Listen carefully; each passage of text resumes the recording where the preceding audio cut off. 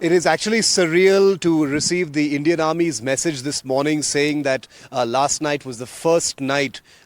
which was largely peaceful and no major incidents of any violations of any kind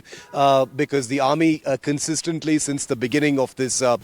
season of tensions between India and Pakistan has had updates about ceasefire violations, drone attacks and things like that. We ourselves have seen it firsthand both at the line of control and even here in the airspace over Srinagar. But on the second day after this understanding was reached between India and Pakistan, right in the middle of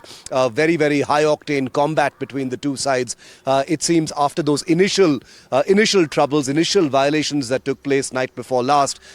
night was largely peaceful. I have to admit I didn't get very much sleep last night because there was a belief that there would be updates from our contacts in different parts of the line of control in the Kashmir sector and in the Jammu sector as well. There were rumors right through the night of firing and drone attacks, etc. But it's good to see that the army has now put all of that to rest and said that this has been the first peaceful night with no incidents whatsoever. Obviously, this sets the stage for the conversation over the hotline between the two Director Generals of Military Operations, Major General Kashif Abdullah of Pakistan, Lieutenant General Rajiv Ghai of India. This is, of course, prefixed by a message that was sent by the Indian DGMO to his counterpart yesterday, just before that briefing by the armed forces, where it was conveyed in no uncertain terms that the initial violations past that understanding may be explained as some teething troubles or some units not getting the message in time, etc.